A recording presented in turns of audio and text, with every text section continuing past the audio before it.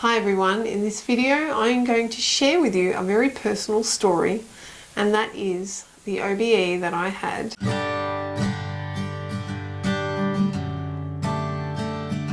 So the OBE happened when I had my first child, and it was during the birthing process or soon after the birthing process that I found myself being transported to another place. So I had organised a home birth.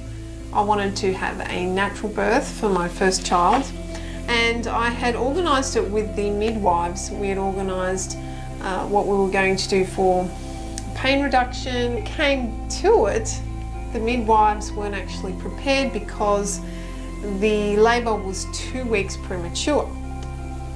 So it ended up being on the day just the one midwife, and the second midwife couldn't attend. Now she felt uncomfortable because the other midwife wasn't present, and for legal reasons she didn't want me to birth at home. So she suggested that we drive to the hospital where she could take better care of me. I was scared, I didn't know what to expect, I was in a lot of pain, and she didn't provide the oxygen which I so wanted right there and then, but she didn't provide that. I don't know why. Maybe she was caught off guard because it was 2 weeks premature. I was so determined with my breathing and everything like that I was going to get through it, and without painkillers, and she was actually encouraging me, so that was good that I had that support from her. She wanted me to stick with it all the way through and without any drugs. There's something about a water birth, there's something about the water that just takes the pressure off the back. So I was in the bath and I didn't want to get out. As soon as we got to hospital, I told the midwife that I needed to get back in the bath, so she filled the bath up with water. I hopped in there straight away. So that was a relief to get back into the bath, and the contractions were coming closer and closer together. Because the experience is a little hazy for me, I believe it was a few hours before I finally birthed. Overall, it was about a 12-hour labour. I was so relieved that I just laid back in the bath and closed my eyes. And as I was closing my eyes, I was transported to another place. And this place was so amazing, so blissful, so absolutely beautiful that you could never imagine that this could exist. There was no fear, there was no sadness, there was no darkness. Everything was bathed in light. And the people that I ended up meeting were people that I had somehow known in the past, but I didn't know them. I couldn't identify them, but I could at the same time, which is kind of a paradox, but that's the way it was. And we were communicating telepathically, so there was not really any word exchange.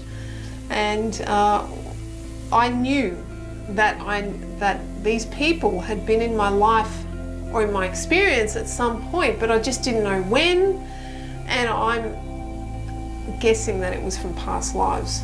So it was about 50 people, 50 to 100 people from what I remembered, and I knew each and every one of them. So there was that communication of extreme love and support. They absolutely loved me and supported me every step of the way, and they could see what I was experiencing in this life, and they were trying to tell me that they were always there for me and supporting me, even if I couldn't see them. I felt so amazing that I almost felt like I was going to make the decision of staying there and leaving this experience behind, even as a new mother. And I knew that I had that choice in that moment. When I thought about staying, I had a very deep sense of regret and a deep sense of sadness, because I knew that I would be missing out on my son growing up, and I didn't want to do that. I didn't want to miss out on that experience. So that is what stopped me from making the decision to stay where I was. Now, in this place, there was no such thing as time. There was no linear time like we experience here on Earth. It was just everything was in the moment, experienced in the moment. So it was hard to tell how long I was there for. It was hard to tell, you know, what year it was, what time frame I was in. So I didn't know how long I was there for, how much time had elapsed. But it felt like a long time, but it wasn't. And then I was back in my body. They knew that I'd made the decision to stay. And with that, they wished me luck and love. Of course, not verbally said, but as an intent, as a feeling. And they wanted me to know that they're always there supporting me through this experience, and they can see what my experiences are, what I'm going through, and that they're always there like my guardian angels watching over me. So I was finally back in my body, and I got woken up by, well, I became aware that there was a lot of nurses around me. I heard them shouting out, "Come on, Helen, wake up, wake up." They were panicking. There was a bit of panic in their voice. They were moving me around, trying to wake me up. And finally I came to, and I saw the nurses. I saw my partner there. Later on, my partner told me that I had the biggest smile on my face, like a look of serenity that he'd never seen before. And he was a little freaked out because he thought I had chosen to stay. So he was a little freaked out. I think everyone was a bit there. They thought that they'd lost me for a bit.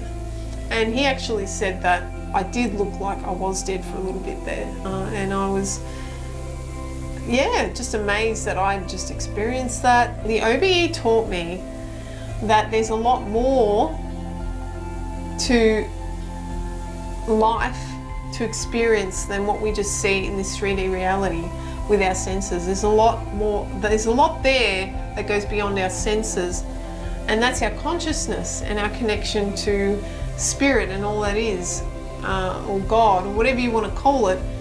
That's our true home. And I feel that this life is a little bit like a tennis game that we chose. When we finish this tennis game or this match, we get to go back to where we came from, which is the source of God, of love, of bliss, of all that wonderful energy. Even though we may sometimes feel lonely and sad and depressed throughout life, I think everyone goes through this sometimes, especially when we lose our loved ones or when we go through trauma or tragedy.